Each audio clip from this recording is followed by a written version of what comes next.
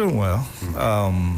The numbers would indicate that we're doing about, when you look at optically, it looks like every time something happens, we come to the fore with regards to matters that are discussed. But overall, I think we're doing well. By the way, I want to also thank you for bringing the issue to the table. Right. Yesterday, when I heard your clip, I didn't hear a radio personality just going off. I think there was a bit of some passion behind your delivery, so I appreciate that. Thank you very much. We're grateful. Now, the function of the authority. Help us to understand. What do you do? Good question. Many times I go somewhere and I'm introduced and people start blaming me for the roads and everything. All we do is come up with policies, rules and regulations on how our roads are used to augment safety of the public. Right. That's it.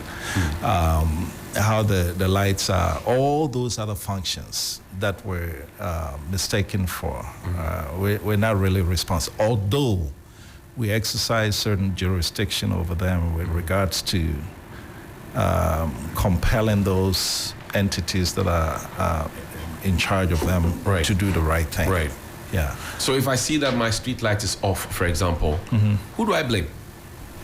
See, that depends. That's something that we've had to seek clarification. In some cases, if the street light is there and the bulbs are out, is it the district, the particular district responsibility, or in the case of the bulbs working but electricity not coming into it, then it goes into the Ministry of Energy. Right.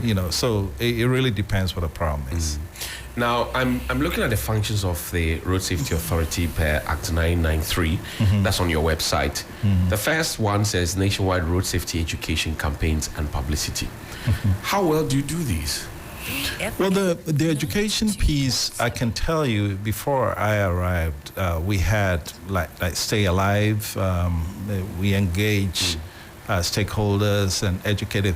A lot of what we do, you may not see. Why? Because unlike other jurisdictions where the government mandates the media to donate airtime to state for PSC, public service announcement, in Ghana, I noticed that we don't have any such thing. And so when we do public education campaign, you may not hear about it unless we go somewhere to one of these entities and pay money. Money. We didn't take money from you. I know that. I know that. But it's a rare. But do you ask for it? Do you ask for the airtime and the media has for free? No, we won't give you. I've not known that. Ever since I've been there, there are instances where we do have airtime, but they're minimal. If we need some augmented promotion, it becomes a commercial arrangement. Right. So now I'm looking at, if really this public education on safety campaigns and the publicity thereof, it would show in how people use the road in terms of motorists and pedestrians. Right. As it is now, somebody steps on a zebra crossing and the next driver thinks that, what are you doing on the road? Clear off, let me pass. So it will show if that education, as you say, is widespread indeed and has gone down there.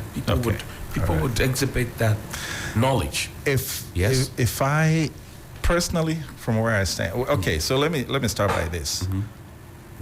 We used to be the National Road Safety Commission, right? And we were almost exclusively an education agency. Well, when the 993 came and gave us some enforcement powers, that's when I came in. And my mindset, to be perfectly honest with you, is that education is great, but without enforcement, you're wasting your time, quite frankly. Because we live in a nation where people know the right thing, but will choose to do the wrong things. So when you're educating somebody who already knows the right thing, you can educate for so much. Without the enforcement piece, that serves as a deterrence for doing the wrong thing.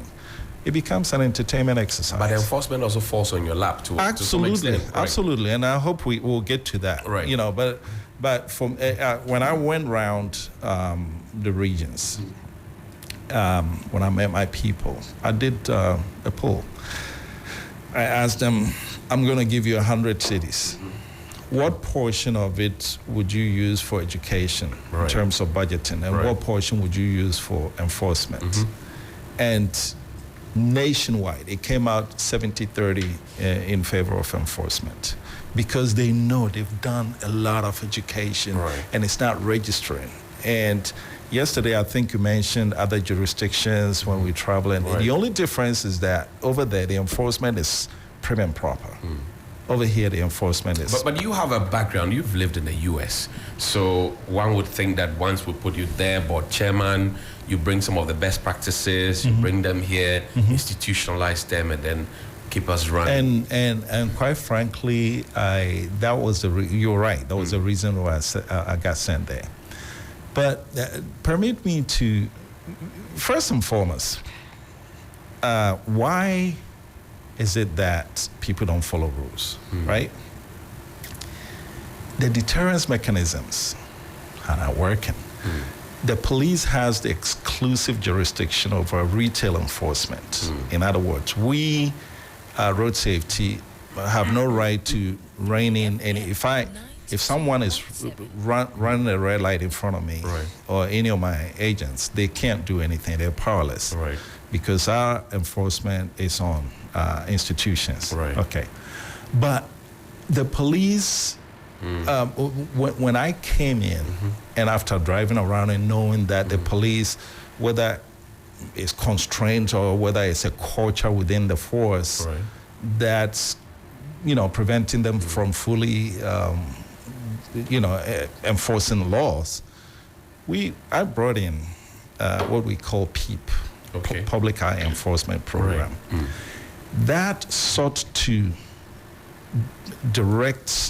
basically turn the public into enforcement agents. How so? The PEEP relies on people using mobile phones. We would create an app, free app people can download. You have or you will? That was the plan. I'm saying that when I came in, that was the plan. You would download the app. When you see an infraction or what you think is an infraction, you just press on the app and it takes you to your camera and you videotape 10 seconds, whatever, and you hit send. And then you're done with yours. And it comes to us, we'll sieve through what's actually an infraction and what's not. And those infractions will be put in, collection pool. And the emphasis is show the license plate number, because when we go to DVLA, all the license plate number will trace back to the owners. All right. And the idea is, once you digitalize that, it takes the enforcement a bit away from the police, because now we have, if you're driving GT, whatever, that 17, that is captured on video as committing an infraction. It's in the system. And so when it'll be easy to impose the fine, and whatever collection mechanism, be DVLA and everything, I believe the best way you get people to stop what they're doing, the deterrence, is hit them in the pockets, okay? And to encourage the members of the public to do that, we had a feature of it whereby if you sent in the video, your phone number is captured. When we collect the fine, 400 cities, 600, whatever, 10% of it comes to you, your Momo, cha-ching. You see what I'm saying? And everybody was excited about it. And then what happened? That's where the rubber meets the roads. Tell me. It got into bureaucracy. Oh, you can't do this. The law doesn't permit this. Who said? Well, the board, and really, we sat down with Parliamentary Select Committee when we were doing an airline. There were language we were supposed to put in and all kinds of stuff. And we saw some resistance from MTTD. I'll be perfectly honest with you. Right. They say they basically poke holes in it to the point where the whole program could not materialize. However, we're currently implementing that program sort of in a back way because we called it rogue driving on camera. It's actually a program that shows on your competitors, one of your competitors. It is the same concept. People videotape. This time it's not an app. If you see something, you videotape, you send it to them. And the show, every show, the people who send in their videos, someone stands to win 300 cities, 500 cities. So it encourages the public to do it. But from where I sit, deterrence is the best way to get people to do the right thing. You mentioned earlier that if, for example, we see your men on the ground wearing their green reflectors and somebody commits an infraction, they can't immediately affect them. Do you get a sense that then the authority is powerless? We're constrained in many ways. The only way we can do something is if the police is present. And we do carry out some of these operations. But we can't do that without the police being present. But there's citizens' arrest in our laws. Is there not? There is. So why can't you? Well, that's a good point. But so far, we have not been... Our enforcement mechanism is on institutions. So... For example, you bring in the citizens. If I'm in the capacity of a road safety agent and I'm on duty, performing the duties of NRSA, I'm sure you would agree with me that at that time, I'm more of an agent of the NRSA than a citizen per se. So when you arrest somebody, it can become a legal thing. Are you a citizen at that point, or are you a road safety agent at that point? Right. And so the all legal that dilemma. Well, I remember that. I remember very much when I was at TV Africa, Pravda Radio, May Obri. 60s. That's the lady's the engineer, May Obri. Right? She was the chief executive by the time, and she used to say, "We are just a commission. We don't have power. Help us, media, do advocacy." And I did the same advocacy, along with my colleagues. And then now you became an authority. And then subsequently said, "Oh, we don't have an LI." Another campaign started, and then you got the LI. Now it appears that you, the Road Safety Authority, are joining us to complain. The citizens. We talk about street lights, you join us to complain. Then you give us the statistics of how many people died. We talk about traffic lights, you join us to complain. We talk about road markings, road signs. Meanwhile, your objective here per the law says you're supposed to ensure institutional compliance with procedures and standards related to road safety.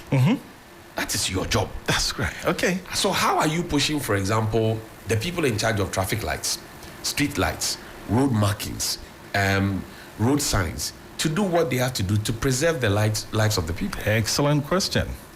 In fact, one of my first issues that I had done nationwide was to count every single traffic light that was out nationwide. Had all the regions do that. Right. And in fact, it turned out it was surprisingly not many at the time. Okay. So we wrote a letter to urban roads. That's nice corporate letter. These light, please fix them, blah, blah, blah. Nothing, not even a response. Okay? Really? Okay. So... When was this? Oh, that was somewhere latter part of 2021. Wow. Okay. And so... And they have not responded until now. Well, I'm shocked. So when they did not respond, I said, okay, then let's issue a public alert, which we did. And my DG calls me that he received a call from the Minister of Roads. Right. Oh, why are you washing our dirty linens, blah, blah, blah, and all that stuff. And if the Minister of Roads gets mad at the road safety, it has some funny ways of where it shows up, because our funding comes from the road fund. Right. Who controls the road fund? The minister. And so it's not the nuances. The nuances associated with these things are not. Now, technically, we are empowered to send these institutions to court. Okay. Have you done that before? 92.7. No, we have not. Why have you not done that? Great question. I'll take the blame for it, because to be honest with you, you mentioned nuances. Right. Can you imagine the uproar? National Road Safety Authority sues Ghana Police Court, headlines, and I'm not, this is hypothetical, Right. but I'm not so sure that when that happens, I'm not going to get a call from somewhere. And are you scared to get that call? To be honest with you, fear is not in my DNA, quite frankly. But you also have to, I'm working with a board that has membership from, it's institutional. Right. Institutional DVLA, representation, right. And when you try to bring something and almost everybody say, oh boy, this is Ghana. I cannot begin to tell you how many times at board meeting. You want to be politically correct then? No. Or the board wants to be politically correct? I mean, because they were appointed, either DVLA boss, my own senior friend, Mr. Buzia, is a political appointee, and he decided that, go and represent DVLA. So when you talk about it, then you are hurting the party. Do you know the phrase that I hear the most at board meetings? No, sir, tell me. Chairman, went me for America 7 Mahal. Really? But you were brought in to bring reforms. Issues like, yesterday on your submission, you mentioned things like, when we travel outside and everything. Right. I remember the day I mentioned at the board meeting that maybe we should consider instituting minimum speed limits. Right. Yeah, when you're going faster than they'll pull you. But when you're going ridiculously slower than the posters, you're also being a nuisance, right? When I brought that up, so it's not that, quite frankly, I don't have a problem sending the police to court. But do I have unilateral power to do that, or a board of 13? Do we discuss that and it gets to a certain point? You make that call. So if I hear you right, you want to go in a certain direction. You may have one or two people who think along with you, but the bulk majority think that don't touch this. This is how we do this here. You're an excellent mind reader. Now, you tell me, if that's the case, then eventually the people suffer. They just become statistics. Because we read, only 2,000 people died last year compared to 2,000, so there's been a reduction of 18-19%. And how do you feel when you hear those things? You see, and quite frankly, the same way that we face constraints, other institutions also face constraints that we are aware of. For example, if somebody, just like you, prosecuting, asking me a question, road safety, you're not doing this, but hey, you're supposed to, you were brought in to do this, blah, blah, blah. You're very fair in doing that. At the same time, from a road safety perspective, if I look at urban roads, and so why are your traffic lights not, and they legitimately have funding problems. They legitimately have issues where people go and steal the traffic light cables. So if you know this, how do you feel like sending them to court for things like that? Police. I've personally, my pet peeve is people driving, but it drives me crazy. I've actually pulled over, talked to some of these MTT officer. Did you see that? What? I query them, and you know what they tell me? No, boss. Met you be say, the person will get on the phone, and a big man would say, "Oh, mini partner, monko." Really? And you see, the people, the public knowledge is that, oh, police, yeah, Obeji Kakraba. Yeah. But the biggest constraint is that when they arrest somebody, there's always a big man in the picture somewhere. Bingo. And so when you know this, you try to work with building relationships and nurturing people to do the right thing rather than bringing their arm. When you got the first call to go to the National Road Safety Authority and you accepted it, I'm sure something ran through your mind, right? I didn't know a lot of things. I mean, I had this fire. I'm just going to go change things and everything. I'm telling you.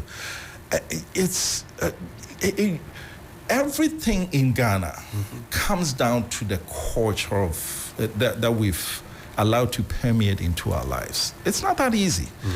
Look, I'll give you one example. Me, as an example. One time I'm sitting with I'm driving with a friend, and we're talking about how abhorrent this practice of big men calling to interfere. I mean, we were talking, we won't do it. My friend, he came in from Holland, okay? So we're talking about this and my phone goes off, right? It turns out my neighbor at the time. Otherwise, a very, very fine young lady. When I say fine, I'm not looking at physical. She does the right thing. She's proper, no trouble whatsoever. But she makes one mistake. She bought a vehicle and put a DV plate on it. Okay. And apparently she didn't have money. She was logbook, all of those things. Yeah, she was running through problems or something. So she said, okay, the police are bugging me too much, so let me just put a license plate on it until I find money to really register. As long as I've known this lady, this is the one thing that I've known that she did wrong, right? Me and my friend, we're talking about big men interfering and everything. My phone goes off, and it's her. She's at the airport police station. What did you do? I've never been so conflicted in my life because on the one hand, I am vehemently against interfering. Right. But on the other hand, I know this person otherwise is a very straight person. I can't even begin why she make that. So when I hung up, I'm so, okay, I can't do this. So I went to do what I was able to do. And so on my way home, I'm like, okay, let me pass by there and see, not with the intention of helping, let me see her status. When I got there, somehow they had results. So at least I was freed. I didn't have to make the... But, I mean, when you look at this... But she didn't go to court. She wasn't taken through the law. I don't know what happened. But I'm saying that... But did you ask? I didn't want to touch it because I was conflicted. I didn't know what to do. But that was going to... If you didn't ask and you didn't want to touch it, that was going to hurt all the work that you were trying to consolidate. Well, you can call that an omission on my part, but I did not ask. So when you left there, you were thinking? Yeah. I mean, all I could think was now I have a new perspective on why people interfere. Now, there are some big men that are chronic interferers. Okay, they will interfere for the stupidest things.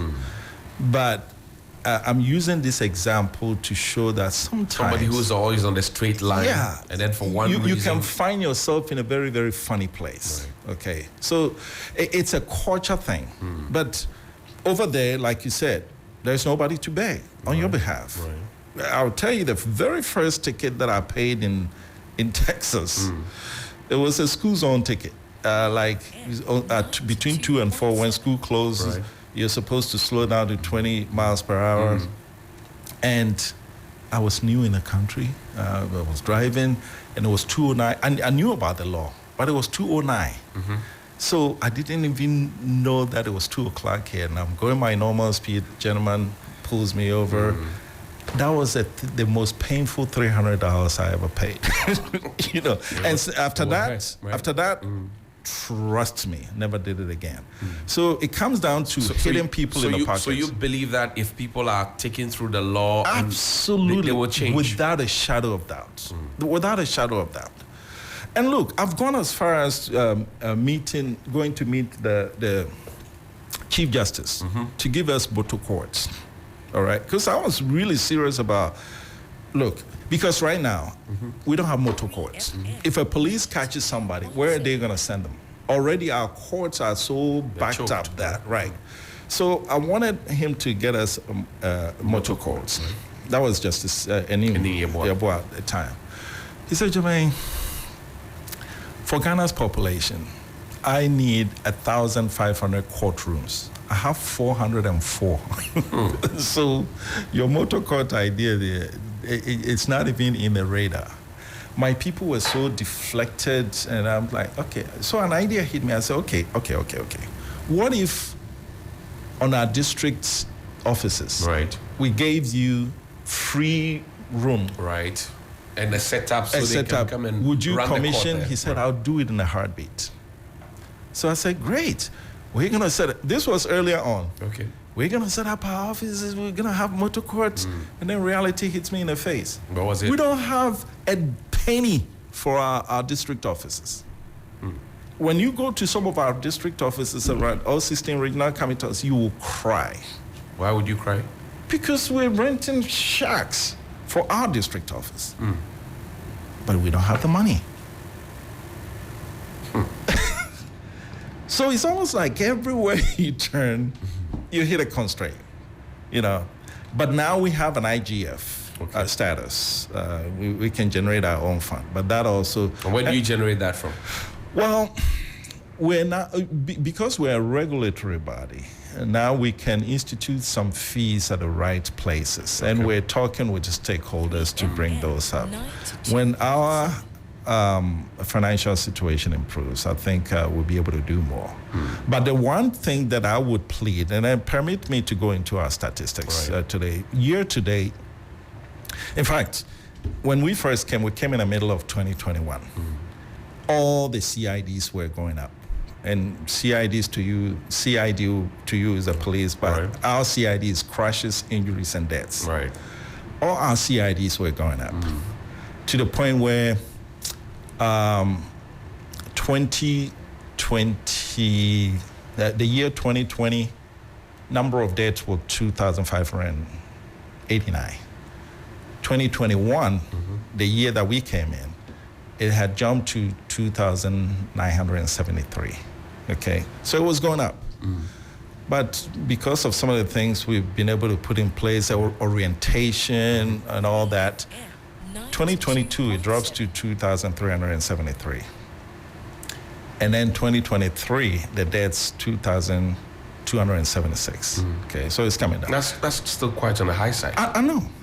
I mean, look, even if it's 5, it's too high, because I kept telling people, it's easy to look at these numbers as statistics. But think about it, every single one of them, people went to funerals, people cried and everything. So these are not statistics to me. But we put things in place, and I also want to tip my hat to IGP Dampare. His visibility thing worked like magic, because we live and die by the police, okay? But now... That's actually Paul Terriaque's initiative. That came to IGP Dampare. He came to resurrect it. Okay. But it started under Paul Terriaque. But if you notice now, they've left the visibility. I think they've scaled down. But still, I think the message had been set. So of our CIDs, the C's and the I's are still down this year. But the deaths are up. Last year, when we were coming down, the deaths were coming down 29, 73, 23, and 22, to where I proposed a sub 2 KD, sub 2,000 deaths for 2024. But it looks like we're not going to meet it, because as at the end of May, deaths are 1,066. There are too many broken down trucks on the streets. Well, that too. The street light is not working. Broken down trucks without the right indication triangle, etc. People, yesterday somebody drove into one at La Paz, died instantly. I saw that. I saw that. I mean, so how are you helping to tackle that? Great. Those vehicles, those huge trucks on the road, sometimes you're on the N1 right in the middle. You don't know, you just run into it if you're not careful. Remember when I told you about culture? All right. So before I got there, before my team got there, they had signed an agreement with the only company that can do the job. Okay. They did an open bid, competitive bid, nationwide. The only company that had the tools to be able to tow away those big trucks and everything. It comes down to one person. Zoom Lion. There you go. But guess what? Zoom Lion is seen as what? Politically. All right? And so people jumped on radio. Oh, why are you giving a big contract to someone who is considered on the other side of the political eye? That was before I got there. Right. So when I got there, I found out that they finally discontinued the arrangement, and it became a court case. Okay, but there comes the culture. If one person has invested in the machinery to be able to get all these trucks off our road, does it matter which political party he belongs to? But apparently it does to some people. And so it discontinued and it became a court case. We're looking at a possible judgment there here, because he spent the money on the basis of him going to get a car. He spent the money to get all these institutions. And so when you see that, it's not as if the National Road Safety didn't try to do anything about it. But here's yet another example where your policy ran head to head with political dynamics and the functions of the NRSA. The last one says regulate road transport and related services. Absolutely. Fuel prices are up. Truck drivers are not happy with you. Uber, Yango, Taxify, regular taxi drivers, bus drivers, they are all not happy. What does this mean, first of all? Then we get into the... Good. What it means is that our people, our agents, visit, say they can visit like VIP, those transport services. Right. We go in there and look at the operations, make sure the tires, the vehicles that are heading out, they got all. So that's the part. In fact, I'm glad you brought that up, because this year, remember I told you the C's and the I's are down, but the deaths are up. Well, if crashes are down, why are deaths up? Then you look into the numbers, you find that of the three categories, private vehicles, commercial vehicles, and motorcycles. Private vehicle crashes are down by almost 400 this year, right? What's up marginally is the motorcycle crashes, but by a mile, the commercial vehicles, the crashes are higher. And whereas a private vehicle, the guy who ran into it's one person. Right. But if a commercial vehicle gets into an accident, more people. Right. And so you see the correlation, right? So our people should be able to go to these commercial places, transport service, and rein them in with regards to their... But here again, constraint. And what is that constraint? We've lost, and this is the biggest thing that I'm going to say here, all right? We've lost 27 people. They died? No. Or they left? NRSA left, okay. Resigned, move around. Why did they leave? You were not treating them well? No. They were not happy? People move around. It wasn't anything. In fact, look, NRSA, great people. I will say that. I'll hang on till I die. I mean, the team there, I'll go to war with them, all right? But the reality is, people leave. We've had 27 vacancies. We cannot get clearance to fill those. At one time, I went to Gosu for a personal trip. I said, oh, while I'm here, let me pop in my regional office. When I went there, I nearly cried. We don't have the people, okay? But we cannot get clearance to replace, not hire new people, to replace 27 people. We can't get clearance. I don't understand you. Thank you. 27 people left? Yes. You want to replace them? We can't get clearance. You can't get financial clearance for them? No, from the Minister of Finance. And why is that? Don't give you a reason. But do you know how I feel when you hear, oh, the police is recruiting, oh, the immigration is recruiting? Are we stepchildren? Is the NRSA a stepchild? Is what we do not serious enough? So why can't the NRSA get clearance to replace, not hire new people, replace 27 people? Have you had this conversation with your minister? Yes, we've communicated. And what did he say, Mr. Siama?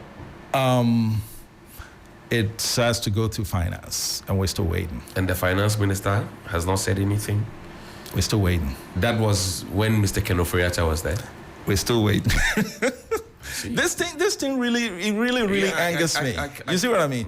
And why? Because I just told you the number. If we had the people, we can go to the transport services. It means that you are not a priority to the administration. Well, thank you.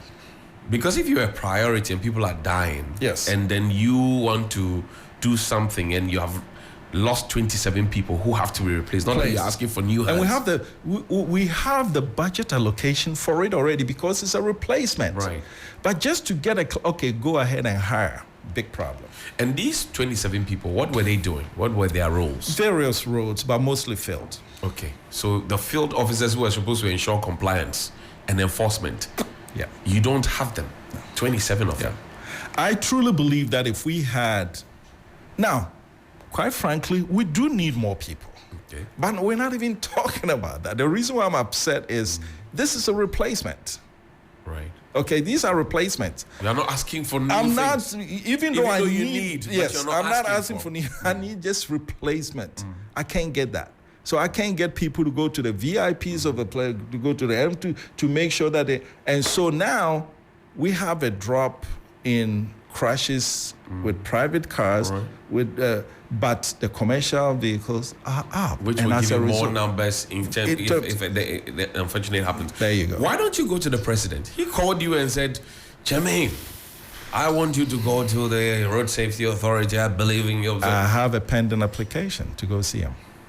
And what would you Actually, tell I've written to, it's got to the point where I've written to the chief of staff, but that's very recent. Right. I mean, I'm allowing. If you met the president today, what would you tell him? Same thing I just told you. I need people. I need in fact, quite frankly, I need more people. But at the very least, because there's something called election year. I don't. It's an unspoken thing. Right. Oh, election year, blah blah blah. But I need more people. But if I can't get more people, at least the 27, can we replace them? What would you say has been your scorecard as board chairman of the NRSA? To me, I'm a statistics person. Right. Everything, when you look at the numbers will lead you to policy. Right. And I also want to take the opportunity to add this. I mean, we have a problem, no two ways about it. Right. You only have to drive on the road to see that we have a problem. But let me say something in favor of my team. Check this out. Ghana as a country, our population is 2.2% of Africa's population. So 2.2%. Right. Ghana drives 6.7% of all vehicles driven in Africa. So the 2.2% of the people who drive 6.7% of the vehicles on the continent account for just 1.4% of road crashes and 1.2% of road deaths. So we're not, I mean, in terms of continental average, we're not a terrible performer. However, like I mentioned, one death is one too many. So to that end, there is always room for improvement. The people in Kaswa listening to you this morning are worried about the rains and the mudslide that comes at Kaswa always blocks that portion of the road. It hits the road, traffic, and all the discomfort that it brings. You are supposed to be ensuring enforcement, right? And they've been complaining. Nobody's minding them. Have you called the appropriate authorities to ask them what's going on? I sought a meeting with the Honorable Minister of Roads now, Francis Asenso. Right. And we met, and I brought these same issues to his attention. And he said he's very much aware of it. And when he came, his approach is a focus on road maintenance. So how many roads have you built? He says, and this is what he told me. He said, my concentration, my focus is road maintenance. So yes, all those maintenance issues are going to be worked on. Because you mentioned road lanes. Right. It drives me crazy when people are driving all over the... I mean, because we have to draw the lanes in our eyes and our heads. But you see, there again. One time, this is a funny one. Right. One time, I'm parked at the Airport City traffic light. Okay. Going from airport to Golden Tulip. Right. A red light. So the light turns green and we take off. And this guy is in front of me. These lanes are marked. Right. He has one tie on one side of the lane and he's taking 2 lanes. So I'm thinking, okay, maybe he's changing lanes. So I'm patiently waiting and he's just minding his business. So I pulled out next to him and rolled my glass out. Because these things, I can't help myself. I rolled my glass and said, Jack, who line up? Do you see the lines? And then I drove off. So I saw him speeding up. When we got to the traffic light at the Total, he too pulled up next to me. And he rolled out his glasses, his window. I said, Adam, we a tailor now.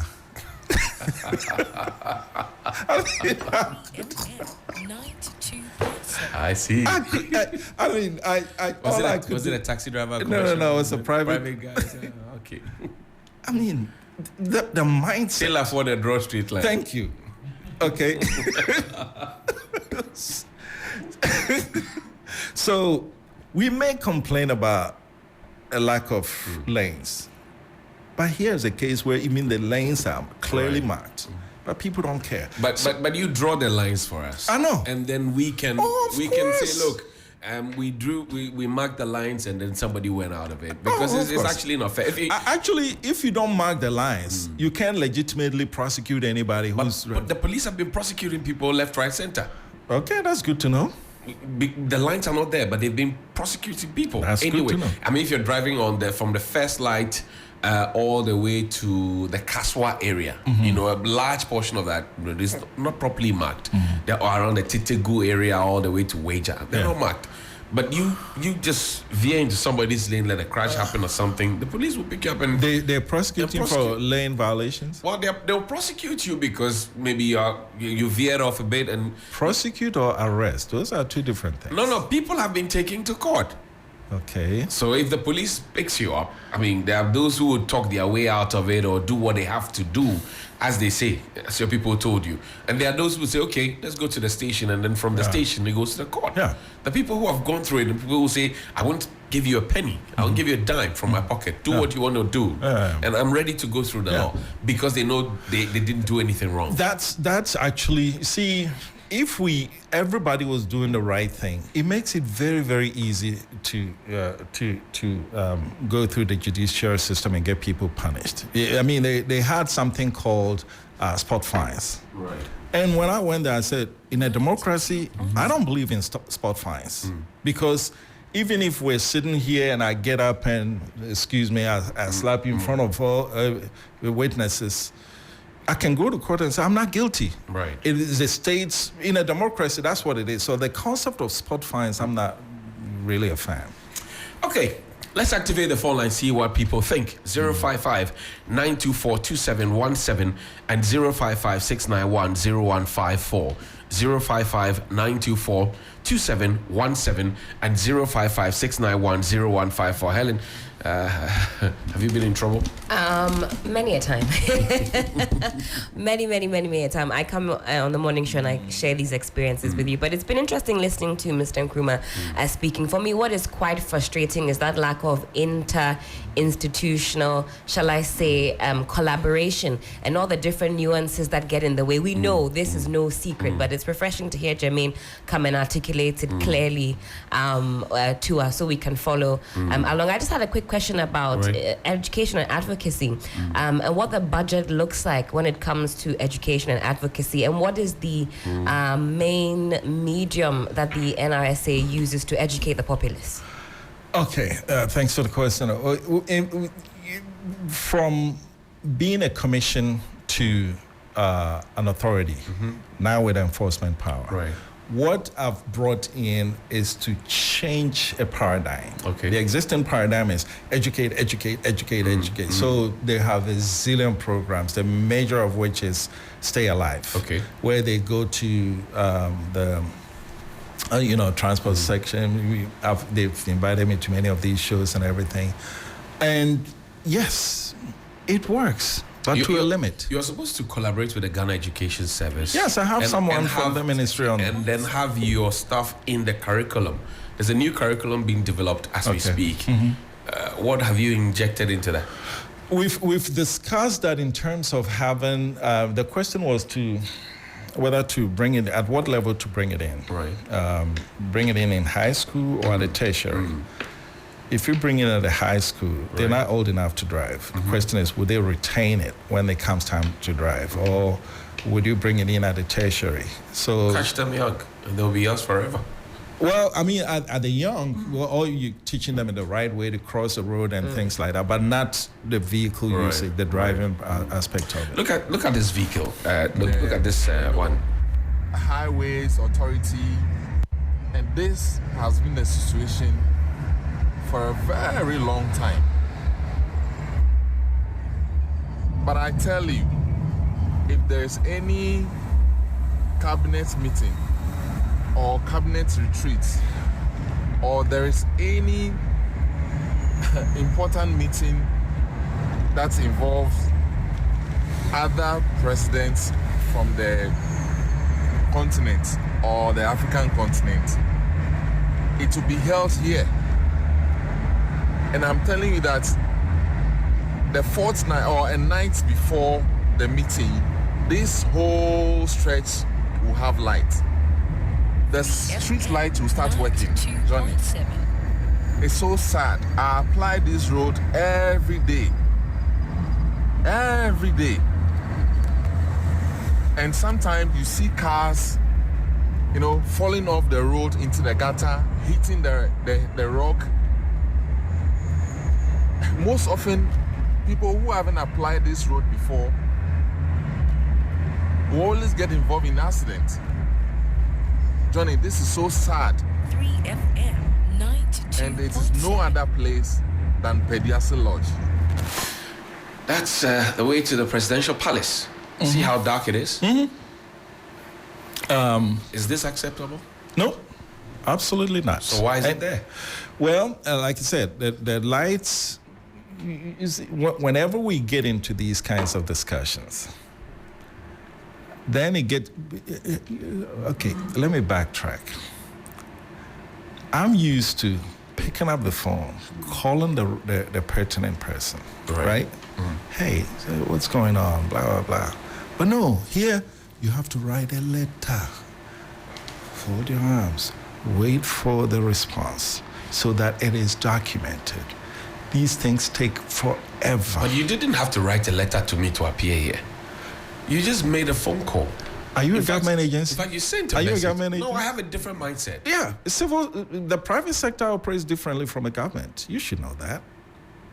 In the government. But if we want the state to work, we must import the things that work in the private sector. Absolutely. Into the public sector. I would not argue with you. So there. why did you conform when you got there?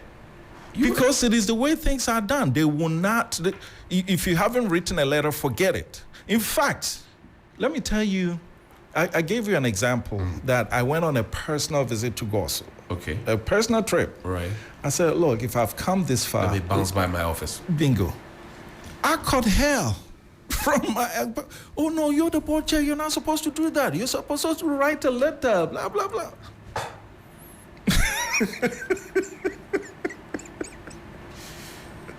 But this has to be fixed ASAP. Yeah. This is to the presidential palace. It's not. Yeah. It's not good. And again, the possible relevant agencies, is it Ministry of Health? Do the light poles have power in them? If they have power, then the bulbs, who's supposed to replace the bulbs? That goes to the district. So all these things you have to navigate. Because I have some of these lights in my church compound. I take care of them because of publicity, visibility, and projects. Yeah. And I don't let them go off. If it's a photo cell, I come as DM, I ask George, what's happening? He says, oh, master photo cell, me call. Okay. Hey, petty cash, they buy it, they fix it. Were you here? Okay, so were you here? I think I heard a report. I don't know the veracity of it, but I heard a report that Honorable Kennedy Japan had been tasked to order shipload of street lights or whatever. I saw that Henry Corte brought some of them. And a problem came with the contract, so they said they abrogated the contract, even though he had already, So when you hear stories like that and you see this, how do you collaborate the two? You see what I'm saying? In other words, things like these sometimes go.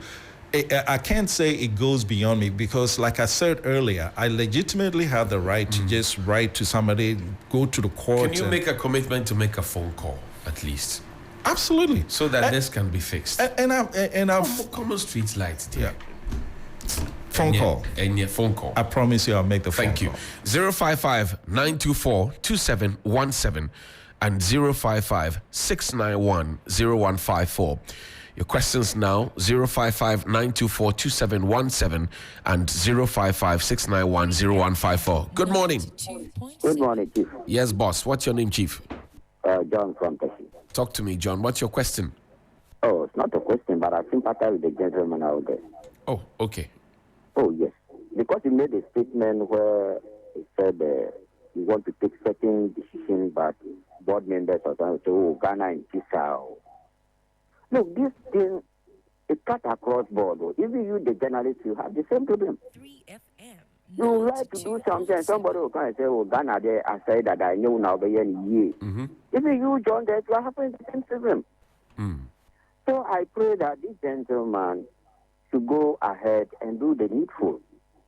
But I would like to congratulate him on this Eastern Corridor Road. Okay. I don't know if he is the one. No, that's not him. He's not the one who does that. Yeah. Okay. But John. the drivers who fly that road are very, very disciplined. Thank you. Hardly before you hear accident on that road. Thank you very much, Thank John. you very much. Grateful. Good morning. Oh, sorry about that. Please call back 055-924-2717 and 055-691-0154. Good morning. Hello. Yes, sir. Yes, boss. How are you, Chief? I'm fine, yourself. I'm greater than Accra. Talk to me. What's your name? My name is Alexander Kante. Okay, calling us I have from... an issue, so Where are you calling us from, Chief? I'm calling from Accra. Okay, talk to But me. I have an issue. I wanted to talk to you off air. To me, off air. That will be after the show, please. Okay. Thank so you. what time, please? 10 o'clock, that's when the show ends. You Okay. know. Okay. Good morning. Oh, sorry, why are the lines tripping? 055-924-2717 and 055-691-0154. 055-924-2717 and 055-691-0154. Your questions to the National Road Safety Authority this morning, and I don't want a situation where Jermaine Nkrumah leaves and then you start bugging me with your questions again. I brought him here so you can ask him the questions directly so that I don't become the intermediary or the liaison. So please calling 055-924-2717 and 055-691-0154. I can imagine that it's tough to get in because the lines are beeping and a lot more people want to get in, but try hard. 055-924-2717 and 055-691-0154. Now, let me ask you your honest opinion about this.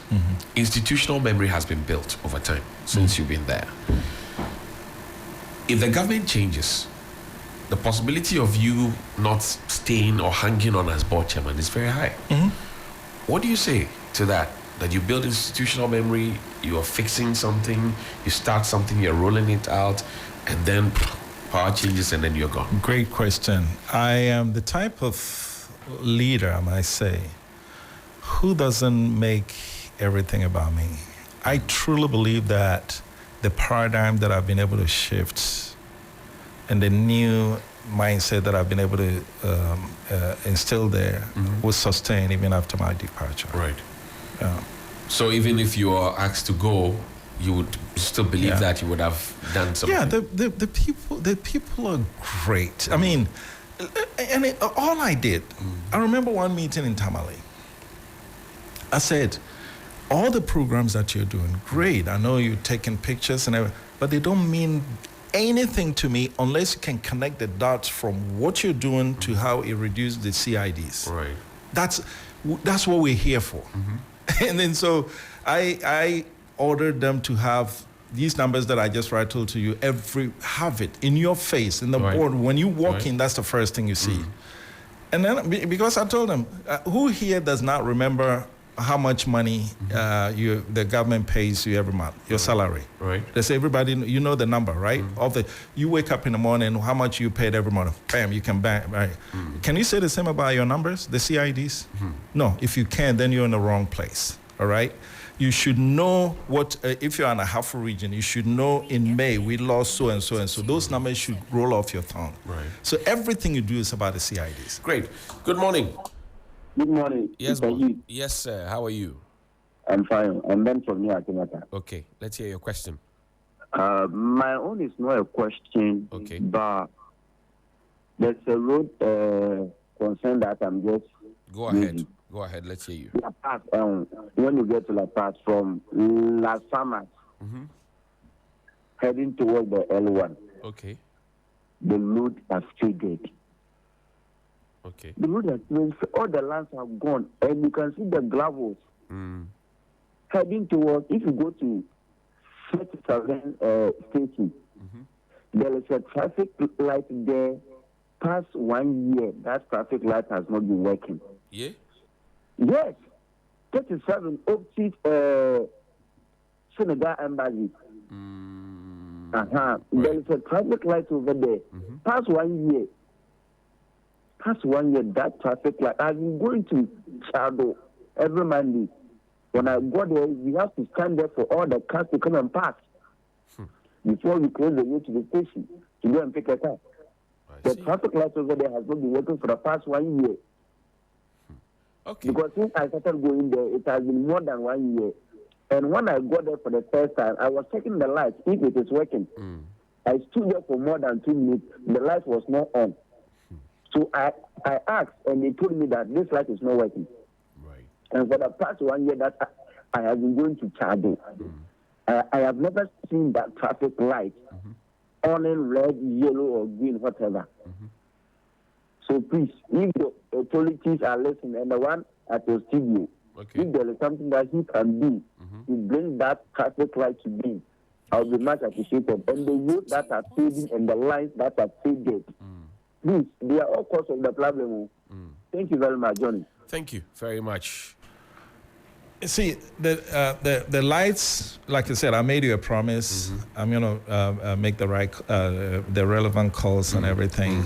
Because for me, it is a pet peeve. Before even I came to, because look, when I go back. Sorry about that. Good morning. Good morning. Yes, sir. Johnny, I'm Dollar Man calling from Akutia. Yeah, bring us some of the dollars. Talk to me.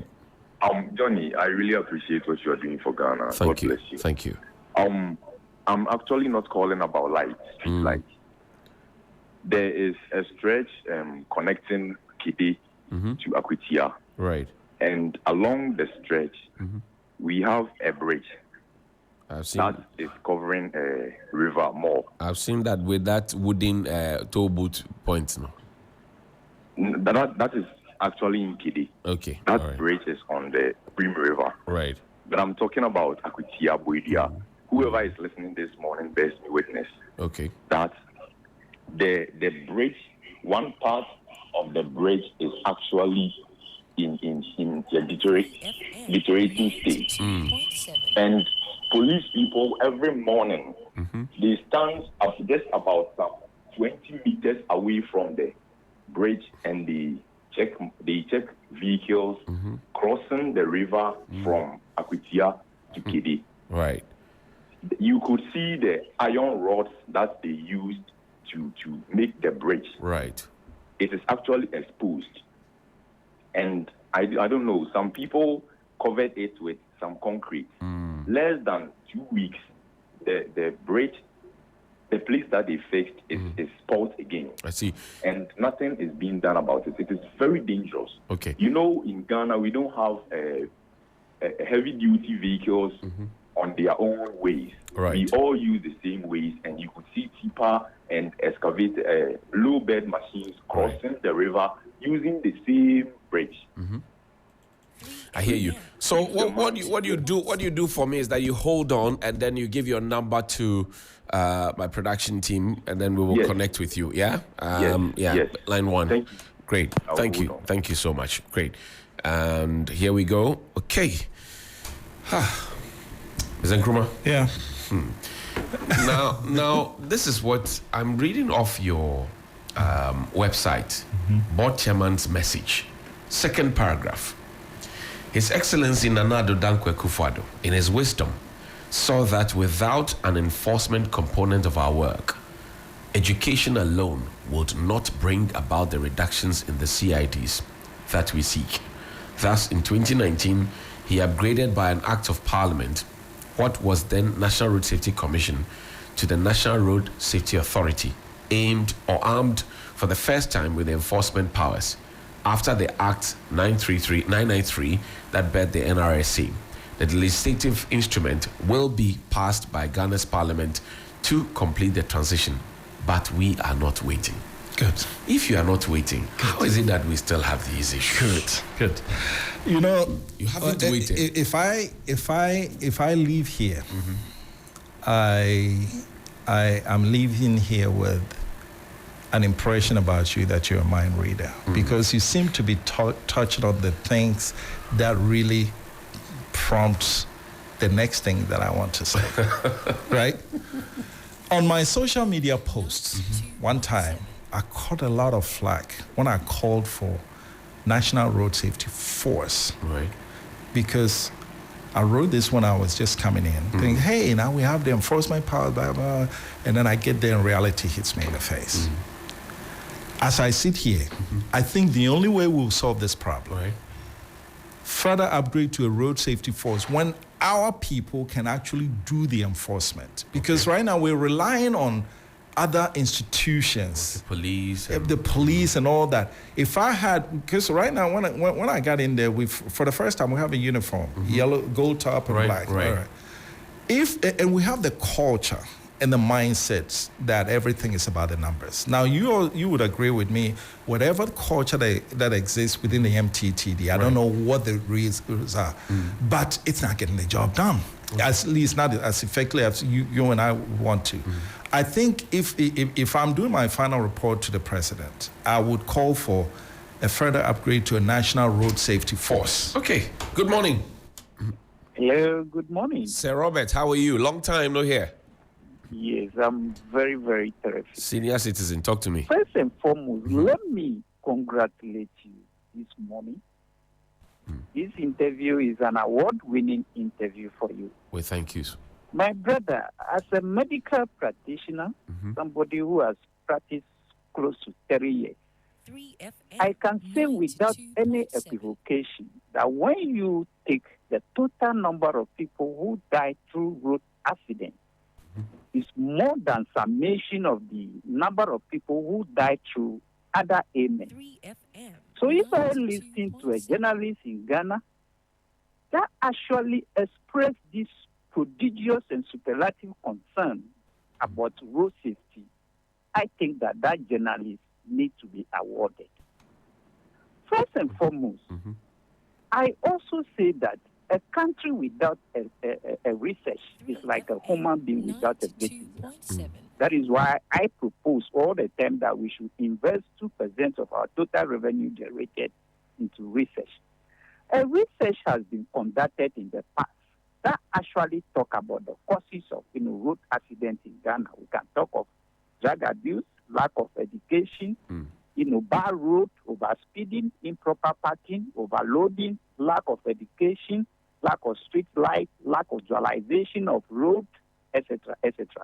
But we don't actually talk about the methodology of, training our current drivers.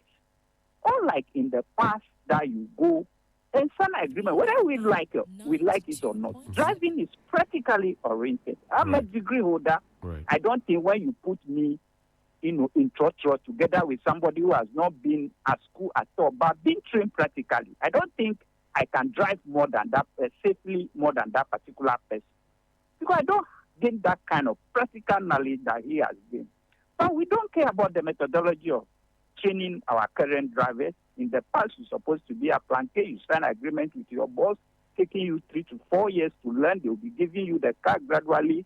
You master there, your master will hand over the car. At that time, we don't have the kind of accident that we are having today. So I think that apart from dualization of the rule, let us also look at the methodology of training current Ghanaian drivers. Some of them taking acceleration of cars to be a driver. It's unfair. I hear you, Thank Chief. you very Thank much. you so much. Sorry, we lost that other caller. Helen, you wanted to ask a question. Really quick one. I've been examining the numbers since about 2020, and I know consistently motorcycle crashes account for at least some 40% of the deaths that we have on our road. What are the targeted efforts from the NRSA in addressing that? Motorcycle culture has become another issue that a lot of road users, vehicle users, those on foot, are complaining about. Is there something that the NRSA is thinking about doing or is doing to shape that culture? Motorcycles, we got a lot of them on the roads. What's going on? Good. I set up a committee on the board headed by Prof. Dodo, to look into regulations with regards to motorcycles. But guess what? I'm sure you're familiar with legalized versus not legalized among the political parties. Right. If you do not legalize, you cannot regulate. That's correct. Pure and simple. That's correct. And so the current status of Okada is basically not legalized. It doesn't even give you the entry to go and regulate. But that's your party's view not to legalize. So how do you come in with? There's a time. This is a timely. I have a very, very timely meeting. I got the information this morning. Right. That we're meeting on Friday, and you can bet I'm bringing it. In fact, quite frankly, I proposed that right now there are 3 types of motorcycles. Right. The private commuters. And the ones who use in the digital economy now, those who use it for delivery are legitimate. Right. And then there are those who want to use it to carry people. So 3 separate ones. Why is it that all 3 of them have blue license plates? There has to be a delineation so that we have the taxis and the private vehicles, right? We should commercial vehicles. And when I proposed that, they say, "Oh, don't touch it." But that's legit. I'm telling you, there's so much that it's apparently there have been there's a document that preceded even my tenure. Right. You see what I'm saying? And that document, but I thought we're not supposed to legalize. Well, we've done so. Let's take this caller. Good morning. Hi, Johnny. Good morning. Hey, how are you, Chief? Kojo? I'm doing well. Great. My name is Emmanuel. I'm calling from Accra Central. Talk to me, Emmanuel. I just wanted to find out. I have 2 things to say, actually. One is a question to Mr. Jermaine. Good morning as well to you. Thanks. What is your role in the renewal of roadworthy for commercial vehicles? Because you see some vehicles on the road, and you know definitely this is it's substandard. Yes, very, very substandard. Trotro roofs leaking. There are holes in the floor of the trotro, and it's interesting how these cars get renewed for roadworthiness every year. That's my question. Okay. And I also want to say, Johnny, if you could use your platform, amazing platform, to appeal to the good people of Ghana to have a change in the way they think, because we are shooting ourselves in the foot every day. Right. Every day. You see trotro drivers crossing red lights, just trying to enter the other lane to do a U-turn. Right. Just please try and talk to our people. Reorientation of the reflectors on the road. Okay. Stop cutting cables, traffic lights and stealing cables. I hear you. Because if the NRSA has to do things all over again, we're not moving forward. We're just going backward. Thank you very much. Thank you, too.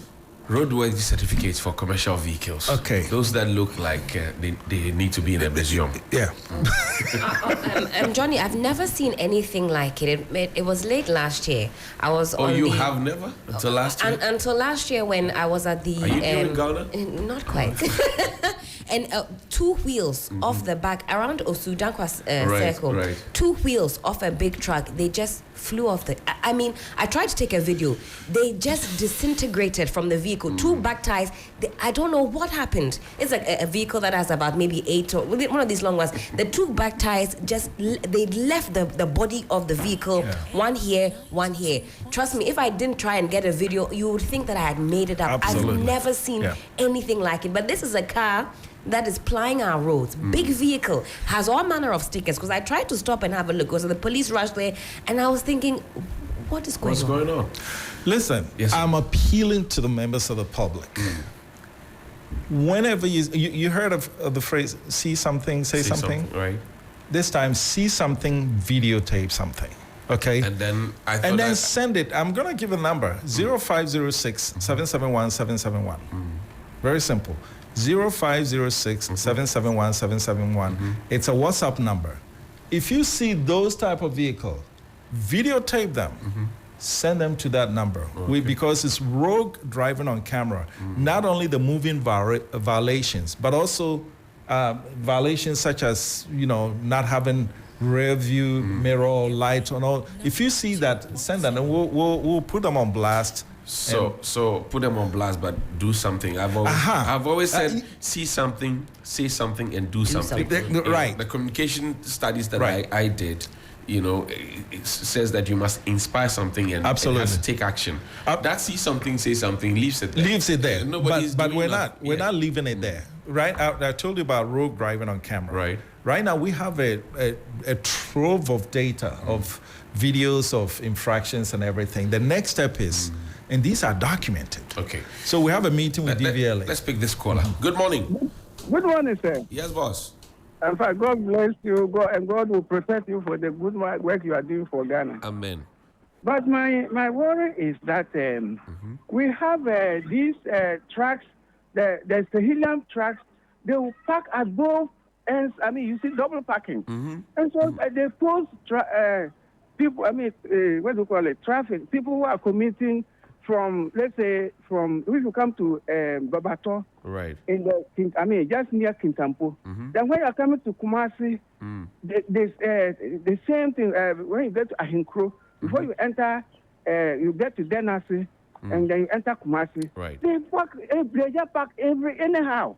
As if they don't care about other road users. Right. So I think road safety needs to look at that one too and see how best they can either penalize drivers, offending drivers, or education can work. I don't know. I hear you. I hear you. Thank you so much. Good morning. Good morning, brother Johnny. Yes, sir. Thank you, my brother. Please, is it the board member from Highways? It is the board chairman, please. Board chairman. Thank you very much, sir. Mr. Chairman. Welcome. Thank my you. word is these days, the road markings are no more being observed. Neither do we even have them. For instance, I live and plow Kaswa Mana. Hello? Odewale? You lost your road marking. Okay. I'm appealing. We have to go. Yeah, right. yeah. Me too. I'm really appealing. Make use of this number, 0506 771 771. If you see anything, send it in. Right. Because what we're doing right now is the next phase is taking those videos and we've already sent them to the MTTD. They show them on their TV stations. As far as the prosecuting aspect of it, as far as the fine aspect of it, we're meeting with DVLA to see how we can get these people, when they show up for their roadworthy, you key in their license plate and say, oh, my friend, sit down. Here's your video. You have a fine of 5,000 cities. If you don't pay, you don't get it. That's where we're going. Right. I hear you. Engineer, Mr. Nkrumah, thank you very much indeed for your time. Thank you for having me. That you could join us here. It's the board chairman of the National Road Safety Authority, bringing us to 9:30. We're going to be talking about artificial intelligence and coding and